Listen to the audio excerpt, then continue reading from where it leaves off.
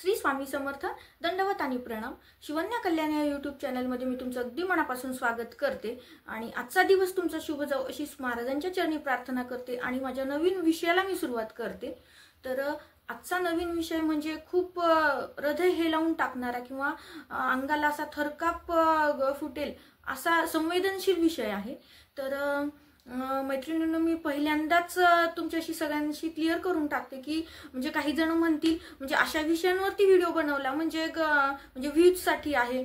तर व्ह्यूजची वगैरे काहीच गरज नाही, कारण आपण आपल्याला समाजाशी बांधिलकी आहे किंवा एक समाजशील प्राणी आहोत आणि ह्या समाजामध्ये ज्या काही गोष्टी घडतात त्या म्हणजे किती अमानुष पद्धतीने घडतात आणि त्याविषयी प्रत्येकीने बोलायला हवं किंवा प्रत्येकाने बोलायला हवं म्हणून हा विषय घेतलेला आहे. तर तुमच्या लक्षात आलेलाच असेल की विषय कुठला आहे, कारण संवेदनशील विषय म्हटला की आता सध्या चर्चेमध्ये असलेला विषय तर तुम्हाला माहीतच आहे.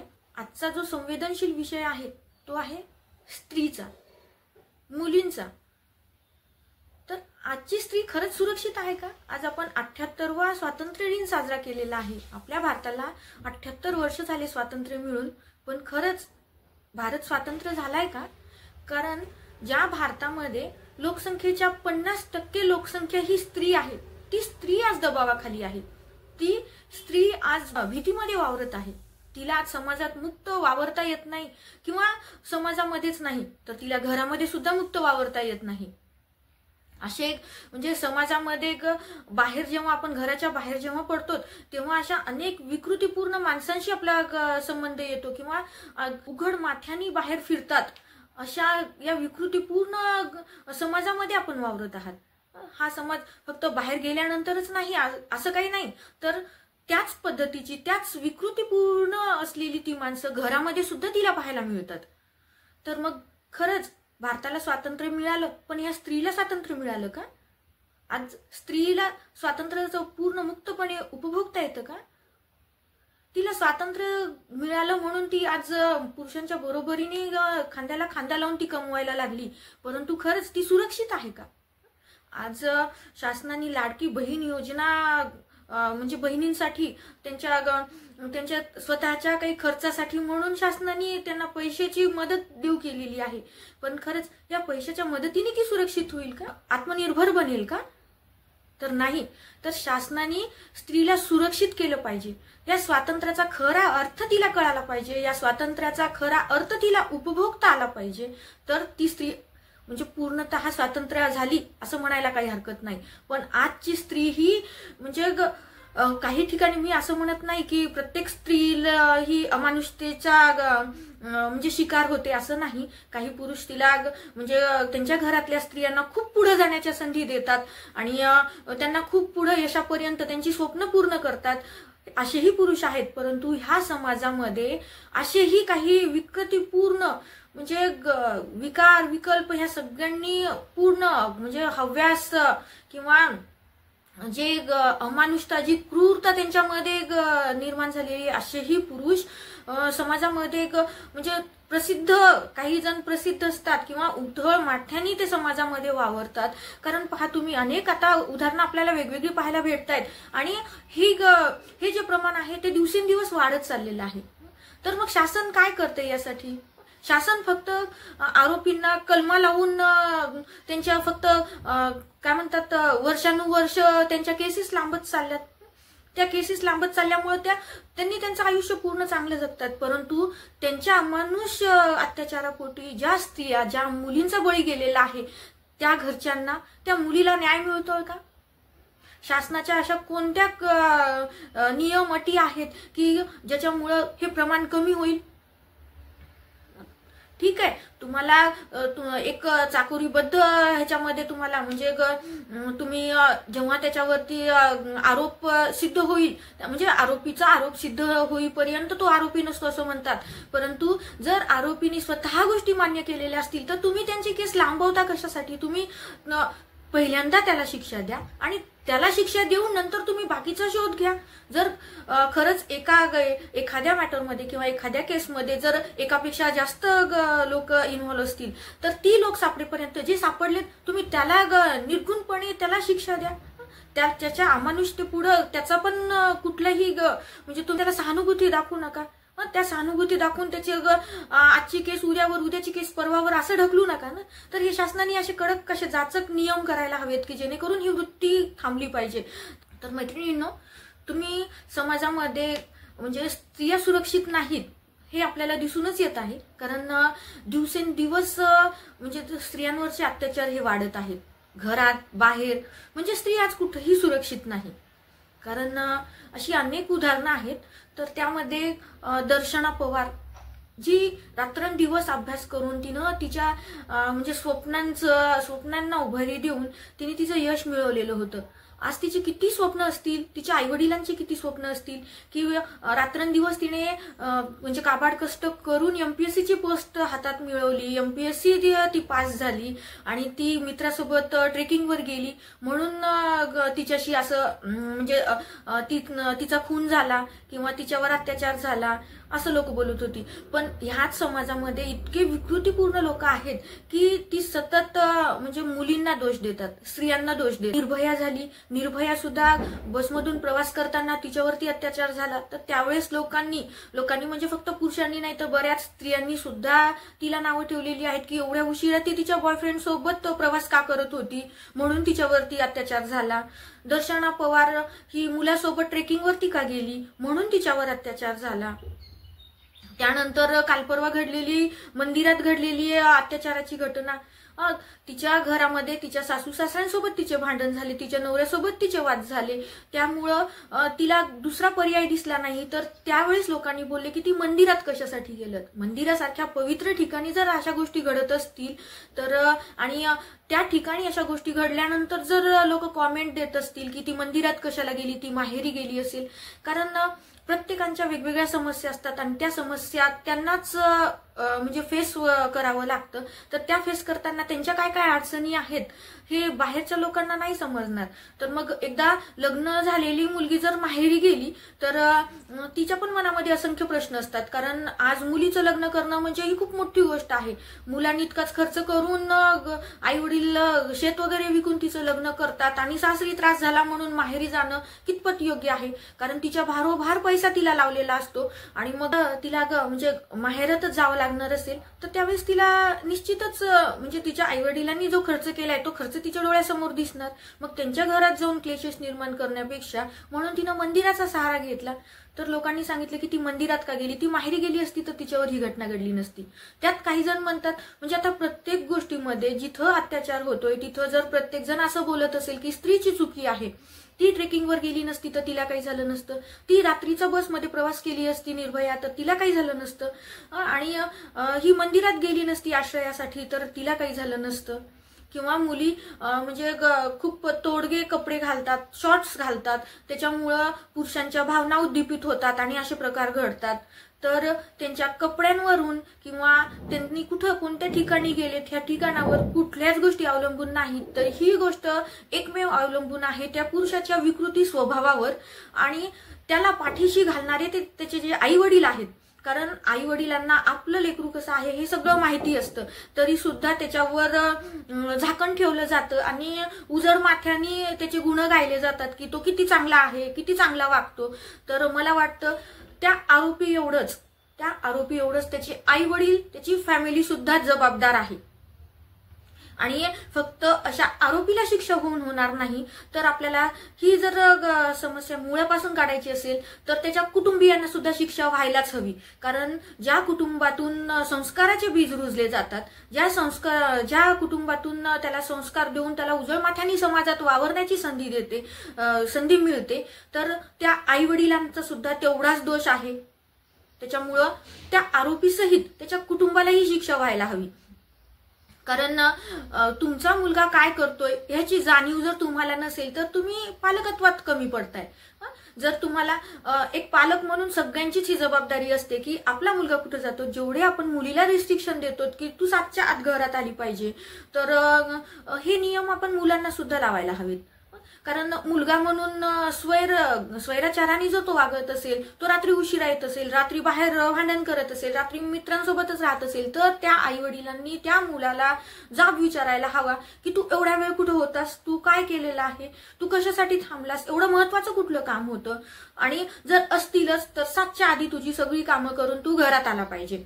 हे जर निर्बंध आई वडिलांनी मुलांवर लावले, किंवा हे जर असे बाळकडू लहानपणापासून स्त्रीचा आदर करण्याचे जर संस्कार आई वडिलांनी मुलाला दिले, तर निश्चित हे प्रमाण कमी होऊ शकतं. त्यामुळं माझा वैयक्तिक तर विचार असा आहे की फक्त तो आरोपी दोषी नाही तर त्याचं पूर्ण कुटुंब सुद्धा दोषी असतं, तर त्या कुटुंबाला सुद्धा शिक्षा व्हायला हवी. आणि मैत्रिणींनो, आता ह्या सगळ्या घटना घडताना आता ताजी घटना म्हणजे कलकत्ता येथील, तर कलकत्ता येथील जी लेडी डॉक्टर ट्रेनी डॉक्टर होती, तर तिच्यावर सुद्धा अत्याचार झाले. आपण डॉक्टरांना पृथ्वीवरचा देव मानतो, तर अशा देवासोबत सुद्धा, अशा देवतुल्य व्यक्तीसोबत सुद्धा ही घटना घडावी, किती अपमानास्पद गोष्ट आहे ही.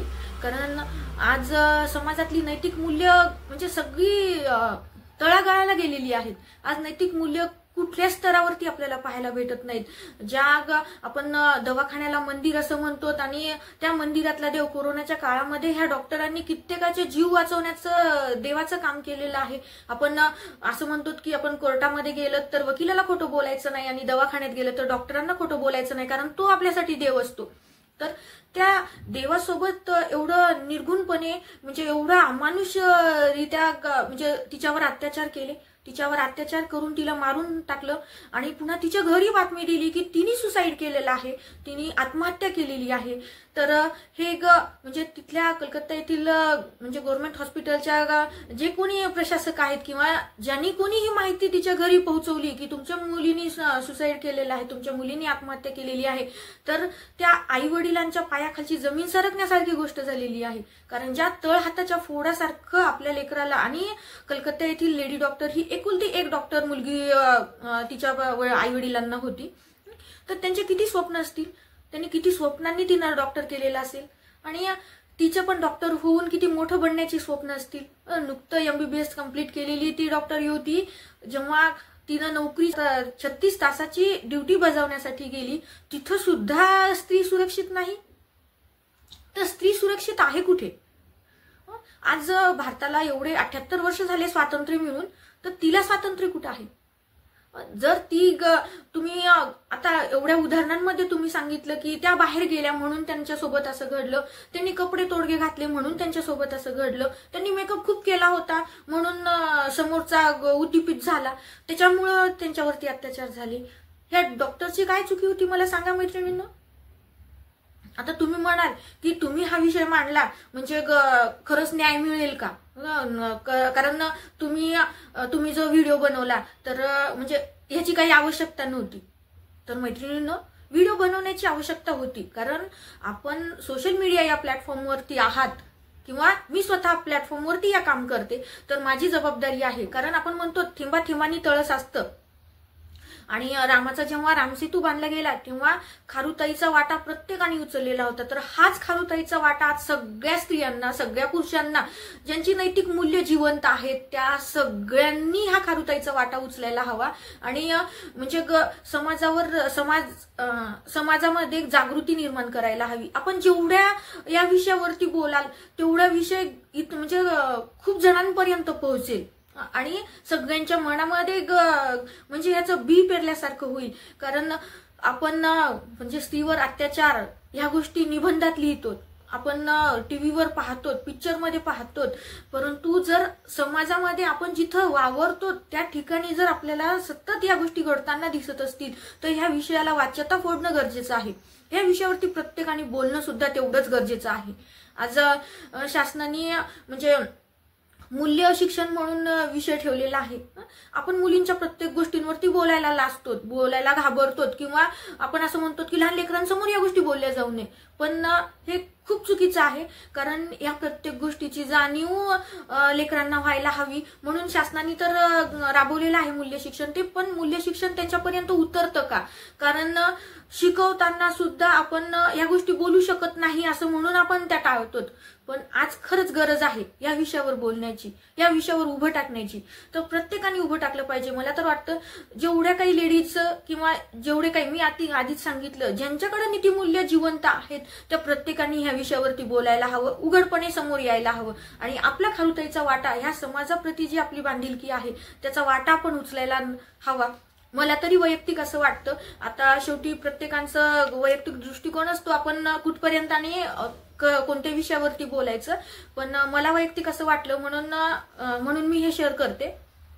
तर मैत्रिणींनो, हे असे जर अत्याचार सतत होत असतील तर म्हणजे नोकरीच्या ठिकाणी सुद्धा जर स्त्रिया सुरक्षित नसतील, आज वयाच्या 20-25 वर्षापर्यंत त्यांनी शिक्षण घ्यायचं आणि जेव्हा म्हणजे आपण एका झाडाचं किंवा एखाद्या लेकराचं संगोपन करतो आणि ऐन जेव्हा फळं यायला, आपण शेतीच्या भाषेमध्ये बोलतो की शेती जेव्हा म्हणजे आपण वर्षाला आणि सगळी सुगी आमची गेली म्हणतो, तर तसंच ह्या मुलींचं सुद्धा, आता ही लेडी डॉक्टर जी होती ते रात्रंदिवस तिनं कष्ट केलेले होते, काबाड कष्ट करून ते यश मिळवलेलं होतं, त्या यशापर्यंत ती पोहोचली होती, तिच्या स्वप्नांपर्यंत ती पोहोचली होती. पण ती स्वप्न तिची पूर्ण उपभोगण्याच्या आधीच तिच्यावरती एवढा अमानुषरीत्या अत्याचार व्हावा आणि अत्याचार करणारे स्वैराचाराने मस्त समाजामध्ये वावरत आहेत, आणखीनही त्यांचे मुखवटे बाहेर आलेले नाहीत आणि एकच आरोपी नाही तर तिथं अनेक आरोपी आहेत. म्हणजे हे संगनमतानी आपण या विषयावरती जेव्हा विद्यार्थ्यांशी किंवा लेकरांशी जेव्हा बोलतो तेव्हा आपण कुठंतरी म्हणजे मर्यादा आणतो. तर हे एकत्र जेव्हा अशी एवढी वाईट कृती करत होते तेव्हा कुणाच्याच मनाला काहीच म्हणजे दुखावलं नसेल का? त्यांना हे करताना त्यांचे हात थरथरले नसतील का? तर ह्या अशा समाजकंटकांना खरंच खूप मोठी शिक्षा व्हायला हवी आणि यासाठी कुठल्याही कायद्याच्या कलमांची किंवा कायद्याच्या चाकोरीमध्ये बांधण्याची कसलीही गरज नाही. ज्यांनी अत्याचार केलेला आहे त्या अत्याचाराला, म्हणजे अत्याचार ज्यांनी सहन केलेला आहे, ज्याच्या कुटुंबाने सहन केलेला आहे, त्यांच्या भावनेचा इथं शासन कधीच विचार करत नाही. त्याची घटना घडली याच विषयी मला व्हिडिओ बनवायचा होता, परंतु मी टाळलं की आता हे दिवसेंदिवस म्हणजे आपण यावर्षी एवढ्याला म्हणजे अत्याचारित पीडित मुली पाहिलेल्या आहेत, थोडंसं मन हे लावून गेलं. परंतु 12-13 तारखेला बदलापूरमध्ये 4 वर्षाच्या म्हणजे 3 वर्ष 8 महिने वय असलेल्या मुलीवर जर अत्याचार होत असेल तर खरंच आवाज उठवायला हवा आणि हा आवाज सगळ्यांनी उठवायला हवा आणि हा आवाज उठवण्यासाठी प्रत्येकाने आपापला खारुताईचा वाटा निश्चित घ्यायला हवा. जर तुमची 3-4 वर्षाची मुलगी सुरक्षित नसेल तर ह्या समाजामध्ये तिला तुम्ही कसं मुक्त वावरू देणार? म्हणजे तिला एका काचेच्या डब्यात बंद केल्यासारखं तुम्ही तिला बंदच ठेवणार का? तुम्ही स्वातंत्र्य मिळालं, मुलगा मुलगी एक समान म्हणायलोत, तुम्ही मुलीला पूर्ण उच्च शिक्षित करायलोत, परंतु ही उच्च शिक्षित मुलगी असून सुद्धा जर सुरक्षित नसेल, जर तुम्ही जे आपण दवाखाना हे आरोग्याचं मंदिर म्हणतो आणि शाळेला आपण ज्ञानाचं मंदिर म्हणतो, तर अशा ज्ञानाच्या मंदिराच्या ठिकाणी जे आपण आता काही जण देव मानतात, काही जण देव मानत नाहीत, तर ज्यांनी देव मानतात तर तशा मंदिरामध्ये सुद्धा त्या पावित्र्य राखता आलं नाही.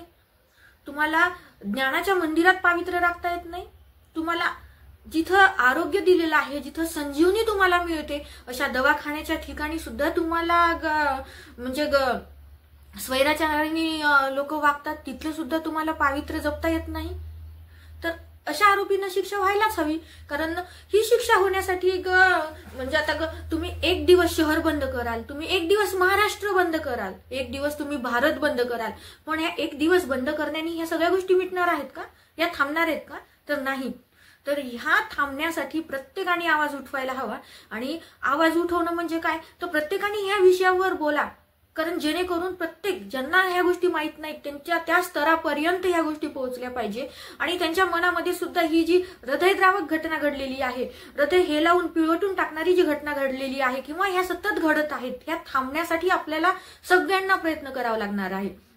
आपण या गोष्टी शासनावरती, पोलिसांवरती टाकून चालणार नाही. कारण जेव्हा बदलापूर मधल्या त्या छोट्याशा मुलीनी तिच्या घरी म्हणजे आणखीन किती पीडित आहेत ह्याची कल्पना नाही. जर 3 वर्षाची मुलगी त्या ठिकाणी पीडित असेल तर त्या शाळेमध्ये अनेक मुली पीडित असू शकतात. त्या मुलींनी जेव्हा तिच्या घरी तिच्या आईला बोलताना सांगितलं की मला सुसूसाठी त्रास होतोय, तर तिच्या आईने जेव्हा तिला दवाखान्यात नेलं, मेडिकल चेकअप झाल्यानंतर ते प्रूफ झालं की तिच्यावर अत्याचार झालेले आहेत.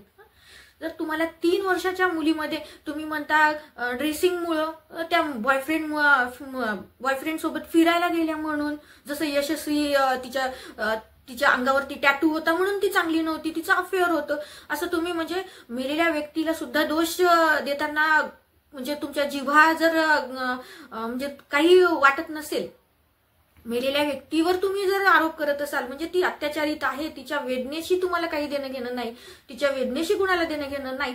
उलट तिलाच बोलत होते की ती म्हणजे कपडे चांगले नव्हते, बॉयफ्रेंड होता, फिरण्याची योग्य वेळ नव्हती आणि बाहेर फिरायला जायचं नाही. या गोष्टीत जर टाळल्या तर मुलींवरचे हे अत्याचार कमी होतील, स्त्रियांवरचे हे अत्याचार कमी होतील. अशा मानसिकतेचे जे लोक आहेत त्यांना मला असं विचारावं वाटतं की ह्या 4 वर्षाच्या मुलींनी, या 3 वर्ष 8 महिने झालेल्या मुलींनी असं काय केलं म्हणून समोरच्या माणसातला त्याचा विकार उद्दीपित झाला, त्याच्या मनातल्या भावना उद्दीपित झाल्या आणि हे कृत्य त्याला करायला भाग पाडलं. ज्या मुलीला म्हणजे काहीच शरीर सुख किंवा तो अत्याचार जो झालेला आहे त्या अत्याचाराबद्दल ज्या गोष्टीशी तिला पुसटशी कल्पना नाही, त्या मुलीसोबत एवढंच काय तर आपण सोशल मीडियावर पाहिलेलं असेल की 8 महिन्याच्या मुलीला सुद्धा या दृष्टिकोनातून पाहून तिच्यावर अत्याचार होतो. तर त्या मुली काय करतात की ज्याच्यामुळं ह्या पुरुषांमधल्या विकार जागृत होतात, त्यांच्यामधले ही वैचारिक पातळी सगळी तळागळाला जाऊन हे असं कृत्य, अमानुष कृत्य करताना त्यांचा जीव काही म्हणजे त्यांना काही जाणीव होत नाही. तर यांनी काय केलेलं आहे त्यांना उद्दीपित करण्यासाठी, म्हणून ह्याच्यावर अत्याचार झालेला आहे. जर समाजातल्या वाईट पुरुषांना, त्यांच्या वाईट विकृतीला फक्त स्त्री म्हणजे फक्त ते स्त्रीचं एक शरीराचा जो काही ढाचा आहे तेच जर त्या पुरुषाला दिसत असेल, त्या व्यतिरिक्त त्याला काहीही कळत नसेल, तर अशा विकृत माणसाला शिक्षा देण्यासाठी शासन म्हणजे कायदे करते. अशा विकृतीला माग लोटण्यासाठी शासन म्हणजे पोलीस केस जर होण्यासाठी, जर तुम्ही त्याला पाठीमागं घालण्यासाठी जर म्हणजे बदलापूरच्या पोलीस स्टेशनमध्ये जेव्हा ह्या मुलीला मेडिकल रिपोर्टनी प्रूफ झालं की तिच्यावर अत्याचार झाले, तर त्यांनी पोलीस ठाण्यामध्ये गेले बदलापूरच्या तक्रार नोंदवण्यासाठी. तर त्यांना 11 ते 12 तास तिथं ताटकळत उभं केलं. त्या मुलीची आई ही प्रेग्नंट होती, म्हणजे एका गर्भवती स्त्रीला आणि एका लहान 3-4 वर्षाच्या चिमुरडीला तुम्ही 12 तास जर तिथं ठेवून घेत असाल तर तुम्ही त्या खुर्चीवर बसण्याचा अधिकारच नाही तुम्हाला. तुम्ही कशासाठी, तुम्ही समाजाच्या सेवेसाठी त्या खुर्चीवर बसलेले आहात आणि त्या खुर्चीवर बसून जर तुम्ही अशा गुन्हेगाराला, अशा आरोपीला जर पाठीशी घालत असाल तर जे शासनाने नियम करून ज्या खुर्च्या बनवलेल्या आहेत, त्या खुर्चीवर जे अधिकारी बसवलेले आहेत ते कशासाठी? जर समाजासाठी जर तुम्ही म्हणजे तत्पर नसाल, तुम्ही अशा गर्भवती स्त्रीला, अशा लहान चिमुरडीला तुम्ही दुपारी 12 पासून ते रात्री 1 पर्यंत ताटकळत तक्रार नोंदवण्यासाठी जर उभं करून ठेवलेलं असेल तर तुमच्या मनामध्ये पण समाजाबद्दल बांधिलकी आहे? तर का लोकांचा आक्रोश उठणार नाही? आज म्हणजे शाळेमध्ये तोडजोड झालेली आहे, रेल्वे स्थानकं बंद केलेली आहेत, हे सगळ्यांना दिसतंय की मुंबई थांबायली. तुम्हाला म्हणजे रेल्वे बंद पडल्यात तर खूप लोकांचं नुकसान व्हायलंय, ह्या गोष्टी सगळ्या तुम्हाला दिसतात, पण त्या चिमुरडीवर झालेला अत्याचार तुम्हाला दिसत नाही. हा दिसायला हवा. आज त्या चिमुरडीवर झालेला अत्याचार आहे तर उद्या ते आपल्या जवळच्या कुणासोबतही होऊ शकतं. आपल्याही घरात मुली आहेत, आपल्याही घरात आपल्याला बहिणी आहेत, आपल्याही घरामध्ये स्त्रिया वेगवेगळ्या नात्यांमध्ये आपल्याशी बांधून आहेत, तर त्या कुणावरही वेळ येऊ शकते.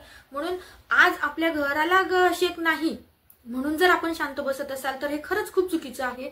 तर प्रत्येकाने आवाज उठवावा, कारण आवाज उठवल्याशिवाय किंवा प्रत्येकाने एकेकाने म्हणून जर चेन तयार केली तर नक्कीच जमाव होतो. जसं आता बदलापूरमध्ये जमाव झाला, पण तो 1 दिवसाचा जमाव होता. 1 दिवसानंतर आज सगळं सुरळीत चाललंय. 13-14 तारखेला ही 12-13 तारखेला ही घटना घडलेली होती. तर मला असं वाटतं की शासनाने म्हणजे समाजाच्या संरक्षणासाठी ज्या काही खुर्च्या निर्माण, ज्या काही पोस्ट निर्माण केलेल्या आहेत, त्या खुर्चीवर, त्या पोस्टवर बसणाऱ्या लोकांनी पण समाजाची बांधिलकी राखावी आणि खरंच अत्याचार होत असतील तर अशा आरोपींना ते कोण आहेत ह्या गोष्टीचा विचार करू नये. जर ते तुमच्या नातलगातून असो का तुमच्या घरातून असो, एक तुम्ही न्याय करणाऱ्या व्यक्तीची खुर्ची असेल तर त्या खुर्चीला न्याय मिळाला पाहिजे. त्या खुर्चीवर बसणाऱ्या व्यक्तींनी स्वतः आपली समाजाची बांधिलकी आहे हे समजून ह्या अमानुष कृत्य करणाऱ्या आरोपींना पाठीशी न घालता आपण कमीत कमी वेळामध्ये आपली म्हणजे ड्युटी बजावायला हवी असं मला तरी वैयक्तिक मला असं वाटतं. कारण प्रत्येकाच्या वैयक्तिक काही समस्या असू शकतात, त्यांच्याही असतील की त्या पोलिसांनी कारणं दिली, सगळ्यांच्या जबाब नोंदवण्यासाठी आम्हाला वेळ लागला, पण अशा गोष्टीमध्ये जबाब नोंदवण्यामध्ये दिवसावर दिवस, वर्षावर वर्ष न वाढवता माझी शासनाला अशी विनंती आहे की अशा लोकांना म्हणजे तुम्हाला जर एक प्रूफ जरी भेटलेला आहे, हा अत्याचार करणारा आरोपी आहे, ह्या